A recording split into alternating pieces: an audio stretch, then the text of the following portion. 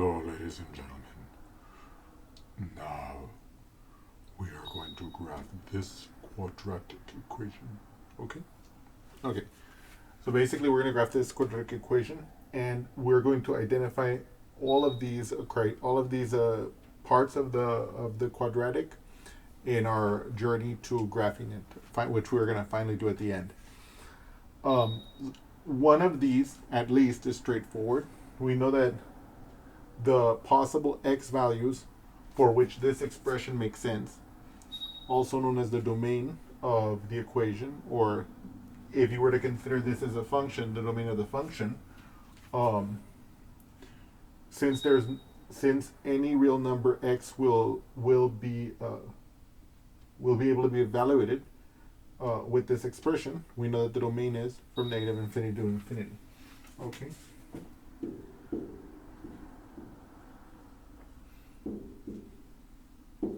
Right, we know that we can take any real number and we can evaluate this expression at that real number. Okay, there's no restriction on it.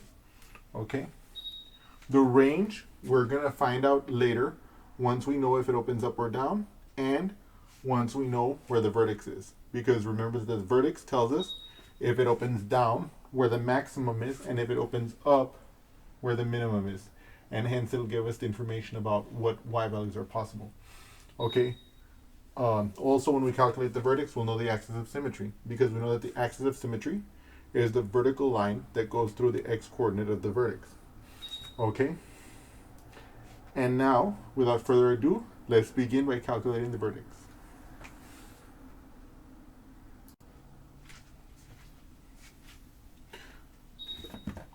So we recall that for a quadratic in standard form, okay, in other words, y equals ax squared plus bx plus c, which we can see is precisely the same form as this. This quadratic is in standard form.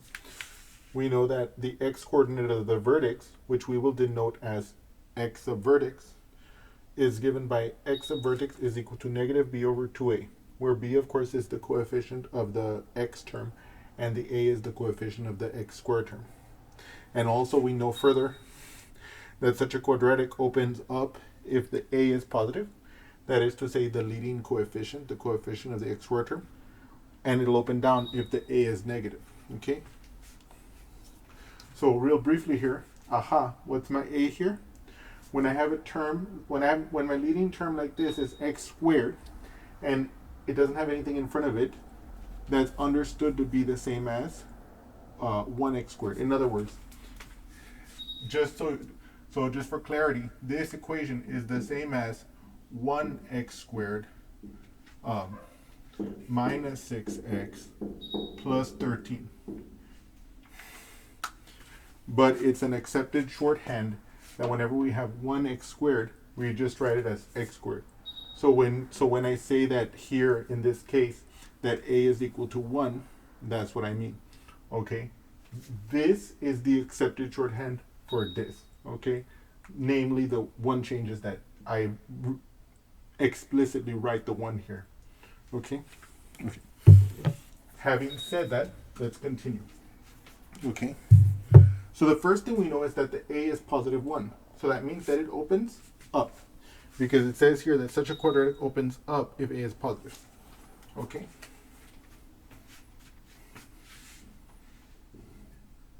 So now the question then becomes, what is the vertex? So given what we wrote there, we're going to write that, we're going to calculate our x vertex here. Okay, our x vertex is going to be negative b over 2a,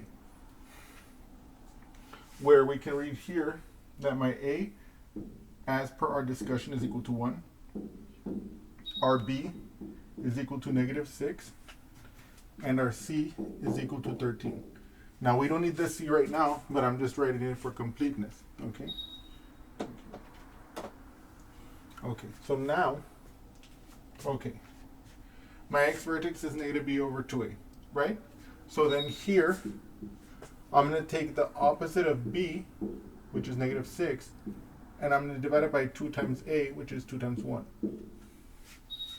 Now, what's the opposite of a negative number? A positive number. So in other words, it's going to be positive 6, and the denominator here is going to be 2, and I ask you all, what is 6 divided by 2?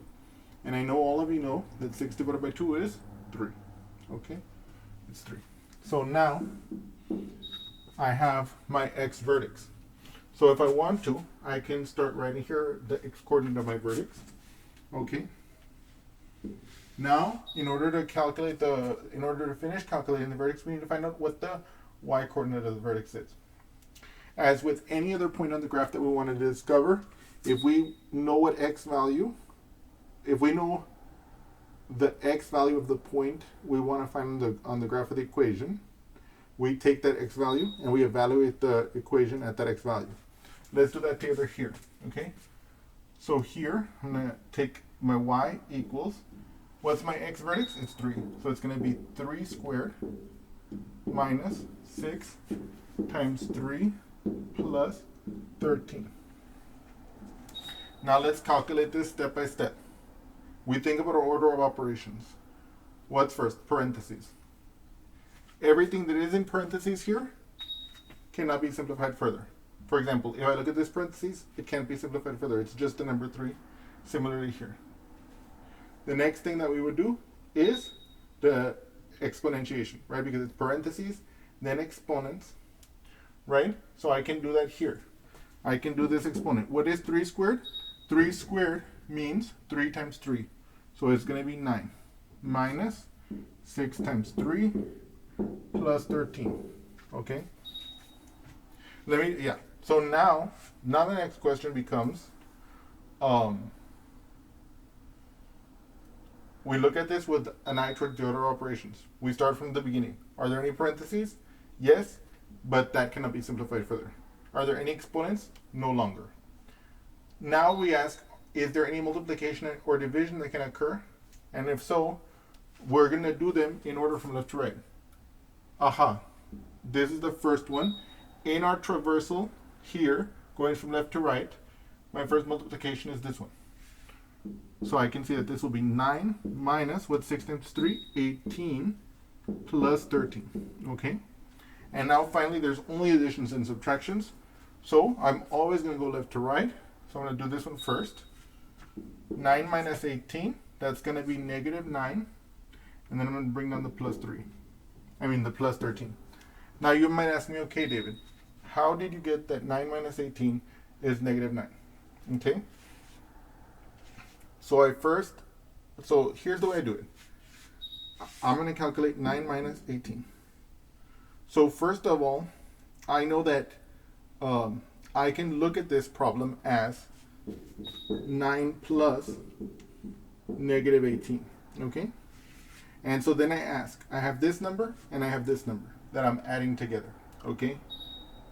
Now, I ask myself, which one has the bigger absolute value? If I take the absolute value of negative 18, the absolute value of that is 18. If I take the absolute value of 9, it's positive 9. Which one of those two has the bigger absolute value? The negative 18. So because the negative term has the bigger absolute value, my result will be negative. So then what I do is I look at the absolute values of these two numbers, which we already saw was 18 and 9, and I subtract the smaller absolute value from the larger absolute value. So in other words, since 18 is the larger absolute value, I take away the 9 from it, and I ask, can I take away 9 from 8? I can't. So I'm going to borrow from this one. This is going to become a 0. This is going to become an 18. Oh my god, right? 18 minus 9? Well, so, okay. I saw a meme going about this recently, right? But we can do this with our hands. Okay, 9. I'm going to count. I already have 9. 10, 11, 12, 13, 14. So this is gone. 15, 16, 17, 18. You see, I got up to this one. I didn't get up to this one. So that means I had 9. Let me do that again over here so that you guys can be more convinced. Right? So I already have 9. How do I count up to 18? 10, 11, 12, 13, 14, 15, 16, 17, 18. You see? That's 9. Okay. So again, from the analysis we had earlier, this number had the larger absolute value, and since it was the negative one, my result would be negative. Now subtracting the absolute values of the two numbers, taking the smaller absolute value from the larger one, I get that the result was 9. So that's why my result is -9. Okay? I know that might be a little bit of a rigmarole, but if you get that rule down, then pretty soon it'll be second nature. Okay? Okay. Now,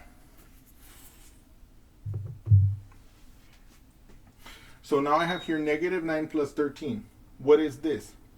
Well, -9 plus 13 is going to be +4. Okay? So let me write that in here. That's my vertex, 3, 4. Now you might say, David, how did you get this equal to 4? Again, let me do it here for us. I have -9 plus 13 equals. Okay. Here we're adding, again, two numbers of opposite signs. So we're going to apply the same procedure. First of all, what's the absolute value of the -9? The absolute value of -9 is +9. What's the absolute value of 13? 13. Which one has the larger absolute value? The negative one or the positive one? The positive term has the larger absolute value. So my result is going to be positive. So I'm not going to write a sign here, but if you wanted to, you could write a plus. But then what will the value be? The value will be, I will look at the absolute values of these terms, and I will take away from the larger absolute value, the smaller absolute value. So in other words, 13 minus 9, right? And I ask myself, can I take away 9 from 13? I can't. So I have to borrow from this one. This one becomes a 0. This one becomes a 13. And here, 13 minus 9, okay, I'm going to count from 9. 9, 10, 11, 12, 13, 4. So it'll be +4, right? So again, the sign came from which of the two terms being added had the larger absolute value. In this case, it turned out to be the +13. That's why the result is positive. What is the value of the result? Well, I take away from the larger absolute value the smaller absolute value, and that subtraction gives me the value of the subtraction. Just as in this case, the 9 minus 18 equals -9. That's how I got -9. Now, anyway, now with that discussion behind us, we have now identified our vertex, and we are now in a position to talk about the range. Okay, so I'm going to briefly make a cartoon to make our discussion of the range more concrete. We already know from our discussion that this quadratic opens up. We already know where the vertex is. It's 3, 4. So if I wanted to, I could draw a cartoon like this. Okay, this is my parabola. Okay, it's obviously not the graph that we're gonna draw at the end here, but it's a good enough graph for us to identify the range more clearly. It opens up, so it looks like this. The vertex is this, so I know that this point at the very bottom, the lowest point of the graph, the minimum point of the graph of a vertex, the minimum point of the graph of a quadratic, of course called a parabola, occurs at the vertex. So here we know that vertex is 3, 4. So that means that my y values are going to go from 4, including 4, to infinity, because it's going to open up like this. It's going to go on forever. So I can write my range will be 4 to infinity. Now, we also already have the vertex. So we know that our axis of symmetry is the vertical line that goes through the vertex. How do we write a vertical line? X equal to some constant c, whatever constant we want that vertical line to go through. In this case, it must go through the x value of 3. So the axis of symmetry, we can write it as x equals 3. Okay? Okay. Okay. By the way, that's why it's absolutely critical that you write x equals and then the value of the x coordinate of the vertex, because we're not saying the value 3. We're saying x equals 3 because x equals 3 is the equation of a vertical line. Okay. Okay. So now we're going to proceed.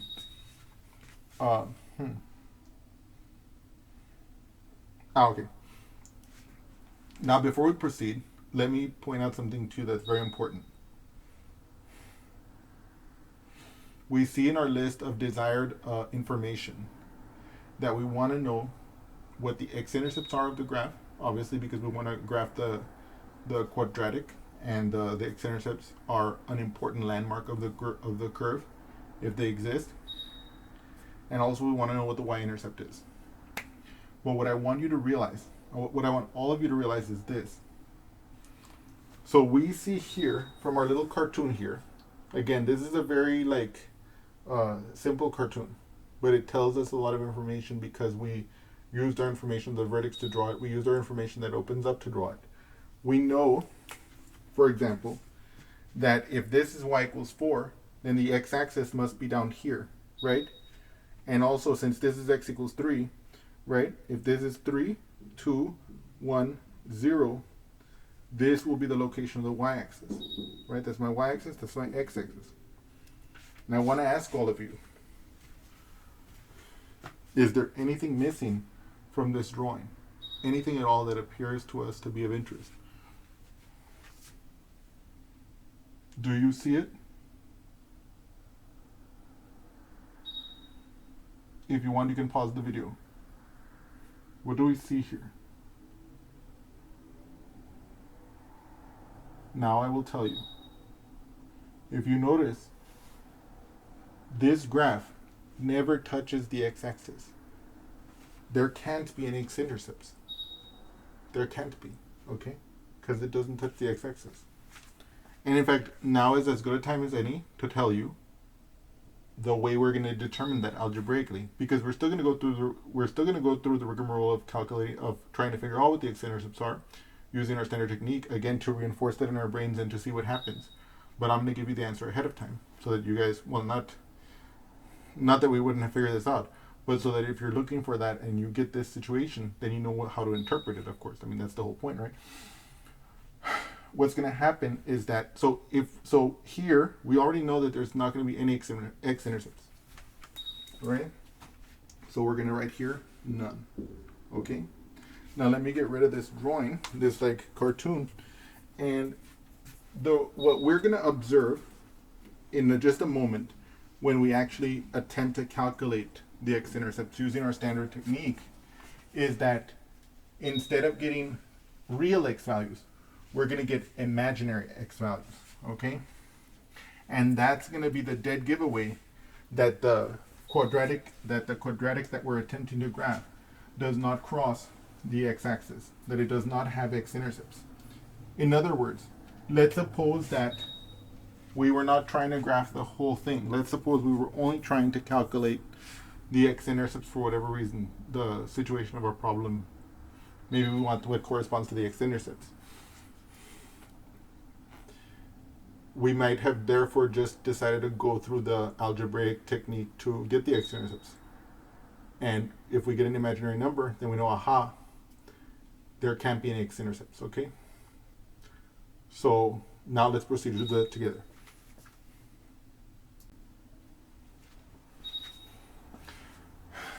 And so we recall that the standard idea whenever we want to find the x-intercepts of an equation is that we're going to set the y equal to 0 and solve for the x. So if you notice here in my quadratic equation that's given to us, the y is equal to this expression on the right? So let us set that equal to 0. X squared minus 6x plus 13 equals to 0. So the first instinct that you might have is you might say, well, David, could we try to factor it, right? Could we try to make it in such a form that we have x plus a times x plus b equal to this, right?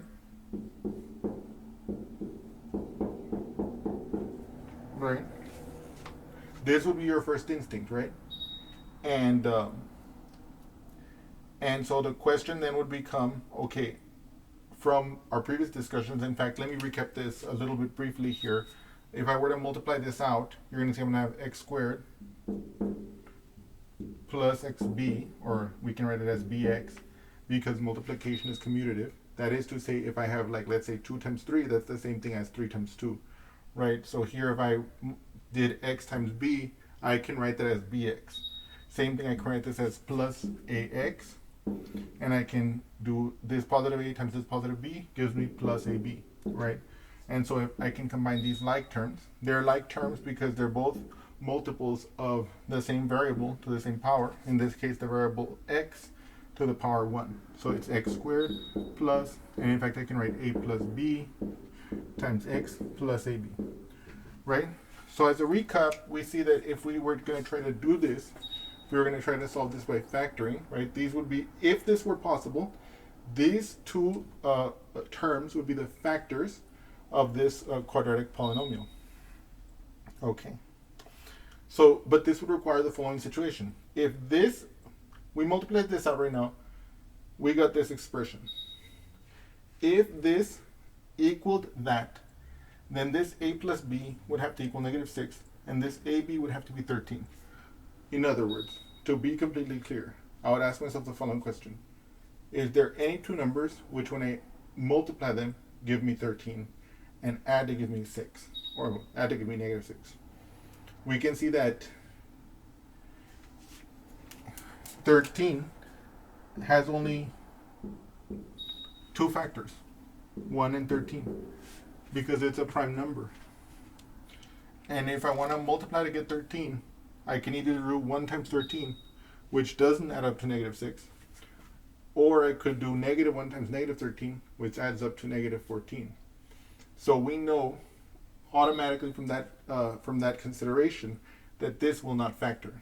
And of course, we kind of suspected this, right? We suspected this because we had agreed that that this was likely going to have imaginary solutions. Well, now, what is our universal test for determining if by the way, I know this is going a little bit long-winded, but I'm doing this also as a review and also to remind you of the important things. So, how can we find out if a quadratic has complex roots? Aha! The discriminant, right? So remember that if you have ax squared plus bx squared, plus bx plus c, okay, equals 0, right? So let's suppose we're looking at this equation. Ax squared plus bx plus c equals 0 for some values a, b, and c. Then the discriminant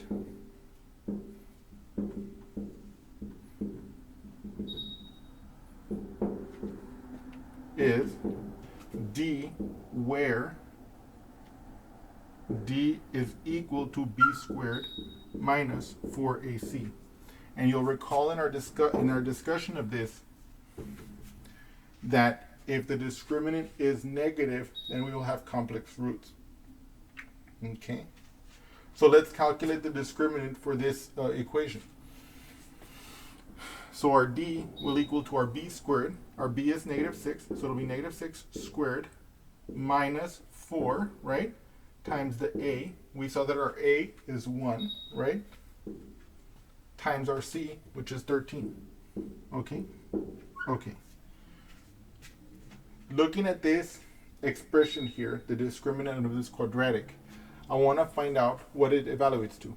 So I think of the order of operations. Parentheses first. If I look at these parentheses, they are already just numbers on the inside. That means I cannot simplify them further. So I then look at exponents. Aha, I have this -6 squared. I'm going to calculate that first. What is -6 squared? -6 squared is -6 times -6. A negative times a negative is a positive. 6 times 6 is 36. So therefore, this must be 36 minus, and then 4 times 1 times 13. Okay. So now here, I'm going to calculate this. I'm going to then again go to the order of operations, and I'm going to calculate systematically from the left to right.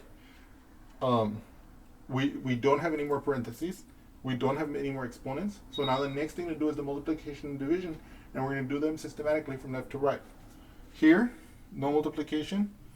Done. 4 times 1. That's the first multiplication.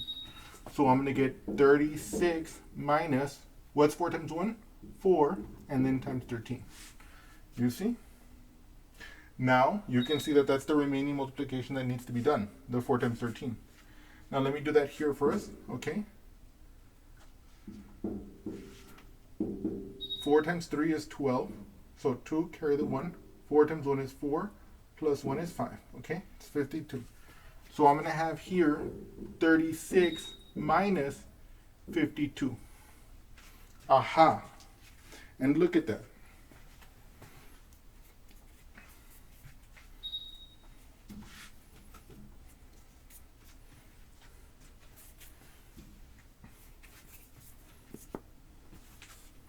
What is 36 minus 52? Okay. So let me calculate that up here first. Let me make sure I'm out of the way. Okay, good. So if I have 36 minus 52, I can see this as 36 plus the opposite of 52. Okay? And now I can go through the same reasoning as we saw before. I can ask myself, okay, what's the absolute value of 36? 36. What's the absolute value of negative 52? 52. Of these two terms, which one had the larger absolute value? The negative 52 had the larger absolute value. So what I'm going to do there is so what I conclude from that is that the result of this addition, or subtraction as you want to see it, is negative. Okay? Okay? Now what is the value of that? Well, the way I'm going to get the value is I'm going to look at the absolute values of these two terms, and I'm going to subtract the smaller from the larger. Again, I'm looking at the absolute values. So out of the absolute values, it's 52 and 36, and the smaller of the absolute values is 36, so I'm going to subtract them like this. Okay?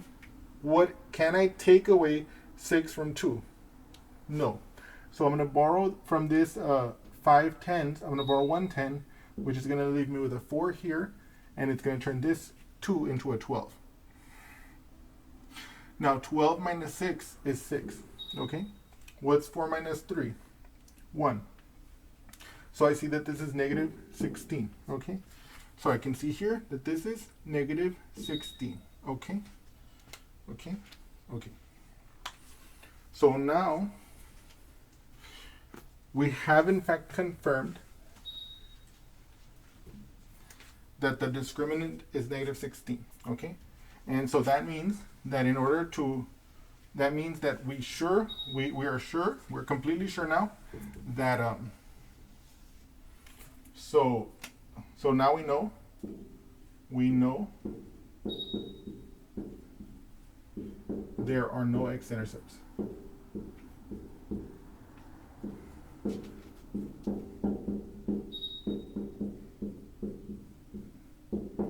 Because the solutions of the quadratic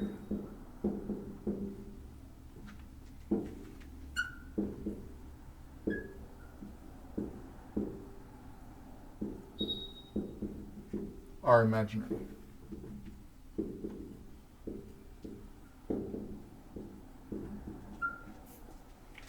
Okay. And now what we're going to do is we're going to find what the Y-intercept is. Okay? Okay. So to find the Y-intercept of the equation, oh, by the way, let me step back a little bit here.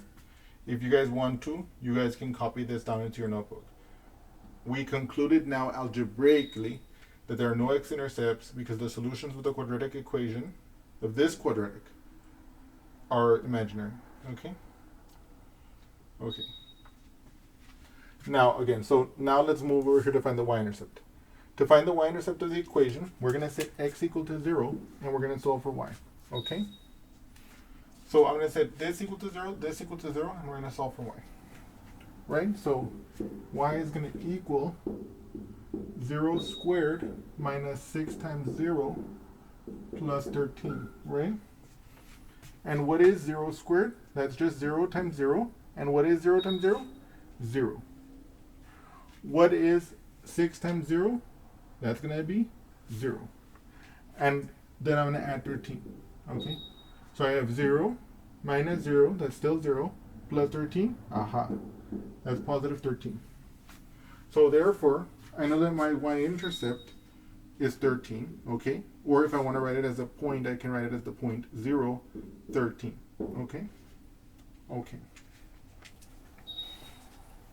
And so now we're in a position to solve this quadratic equation, okay? I mean, not to solve this quadratic equation, I'm sorry.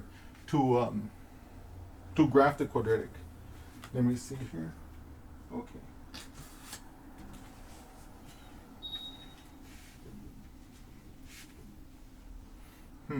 Should I? Okay. So now, even though we know that it's geometrically not necessary to graph the curve, I'm going to take the liberty right now of getting the solutions to this quadratic just as extra practice, okay? Yes. Okay. So what we're going to do here is we're going to do completing the square. Okay. You could use the quadratic formula if you want, but yes, let's do that together, right? So if ax squared plus bx plus c equals 0, then my x is equal to negative b plus or minus the square root of b squared minus 4ac all over 2a, okay? Now again, I'm only going to find out what x's make this true right now, just to reinforce the idea of solving quadratics. We know that as far as graphing this quadratic is concerned, it's not essential. But again, this is another opportunity for you to see this, and I think it would be wrong for me to avoid this. Moreover, so in this case, I'm going to use the quadratic formula, which I wrote down to the right for us, and I want you to always write it like that. Don't just remember the formula. Remember the formula in the context of what it solves. A lot of students will forget that it has to be set equal to 0 already, and so they'll have this expression on the left hand side.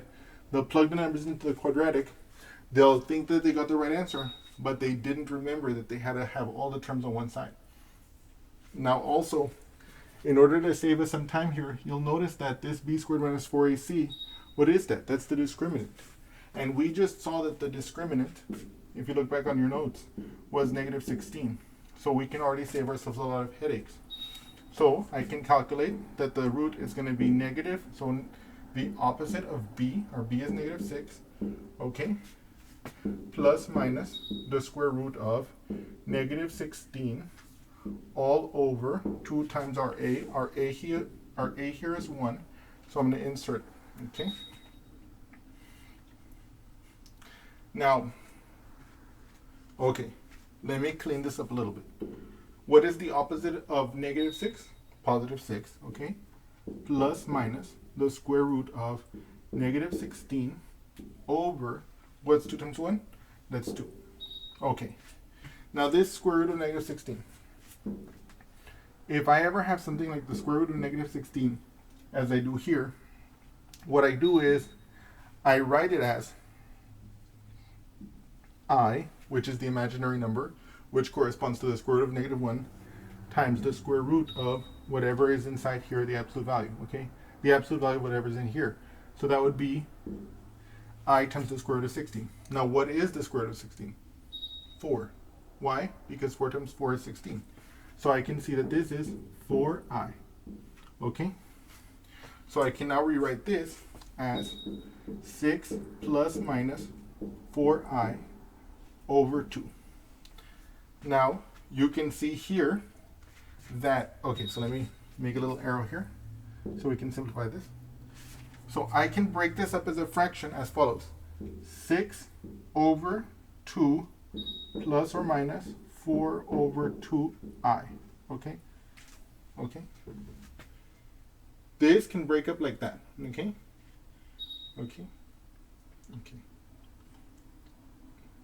here I'm exploiting the following algebraic rule. If I have A plus B over C, that is the same as A over C plus B over C, okay?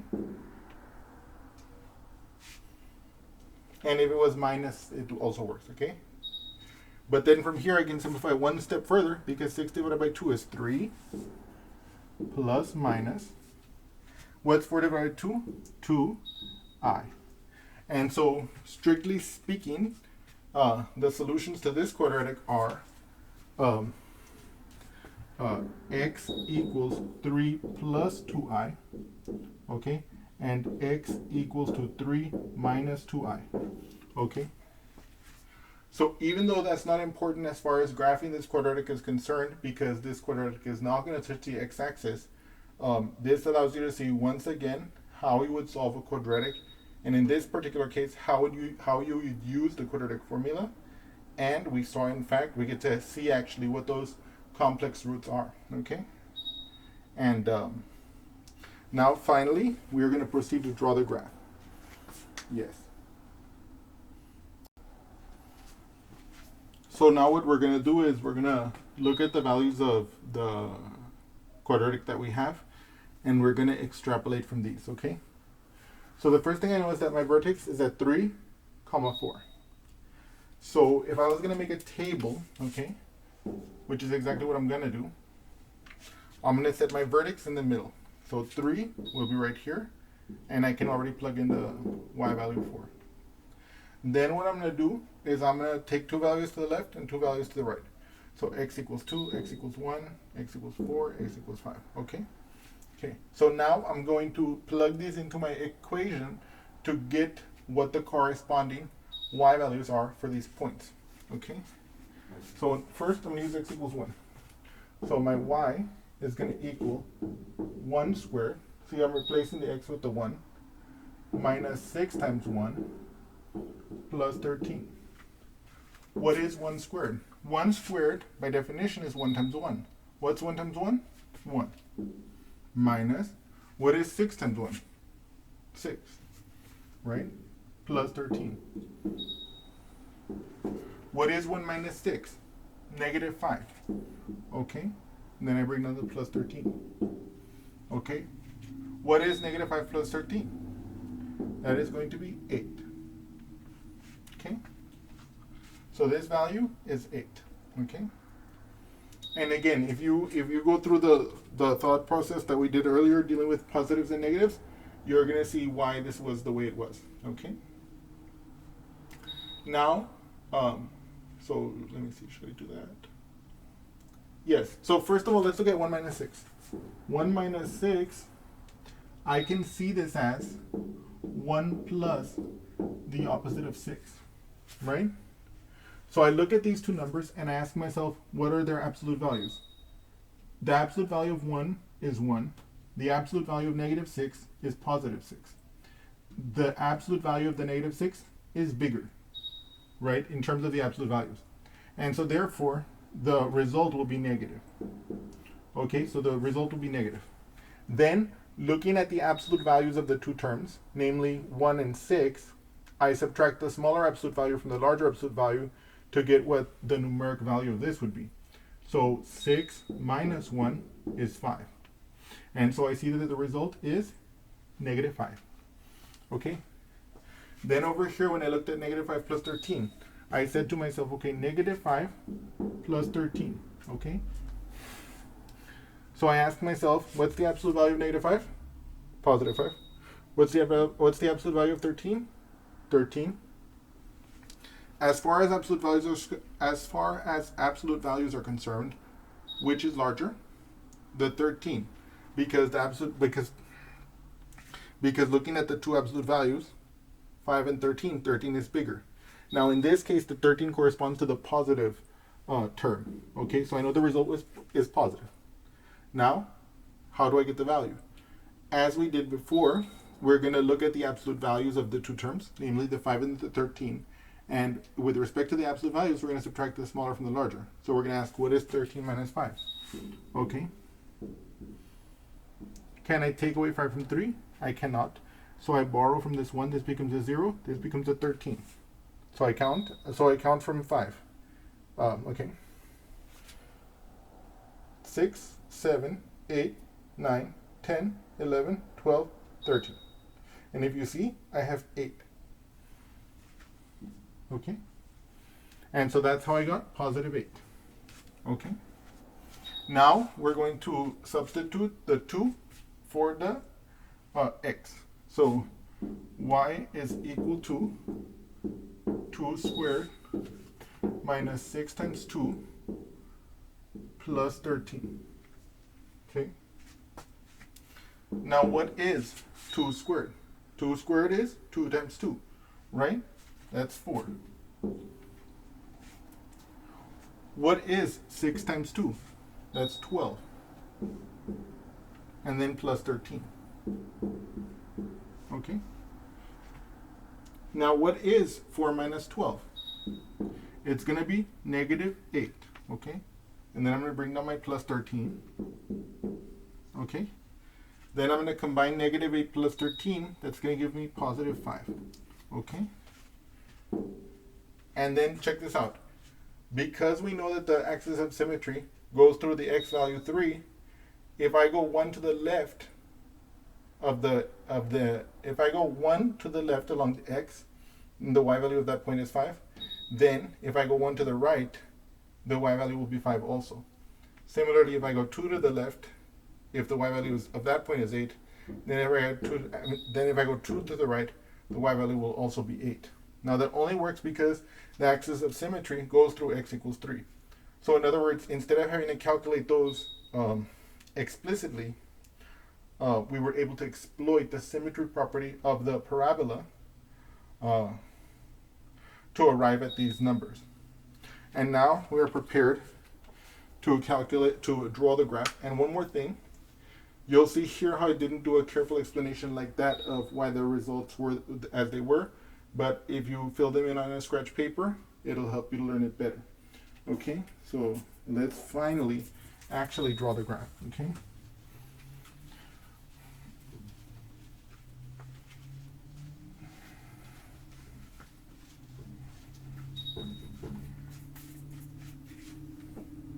Okay. So as far as x's are concerned, I just need positive x values. And as far as y is concerned, I only need positive y values. And in fact, if I have x's from 1 through 5, I'm fine. And if I have y's from like 4 through 8, I'm fine. So let me, what I'm going to do here is I'm going to try to draw this a little bit tall. Okay.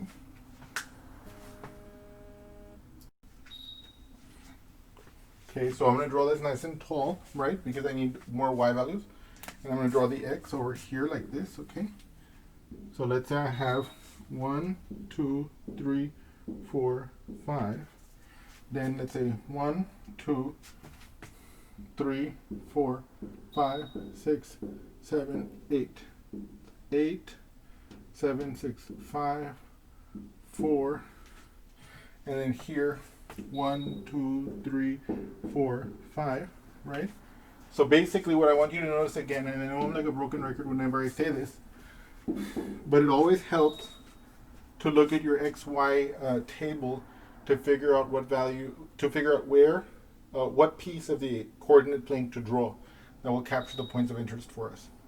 Let's start by graphing this vertex at 3, 4. What does that mean? I'm going to go 3 along the x and 4 along the y. So it's going to be like right there, right? If I plot this point 2, 5, I'm going to go x 2, y 5. So right there. Then similarly, the 4, 5, I'm going to go along the x4 and along the y5. So right there. Then at 1, I have to go up to 8. Right? And then similarly, at 5, I'm going to go to 8. About right there. Yeah. Okay. And then here,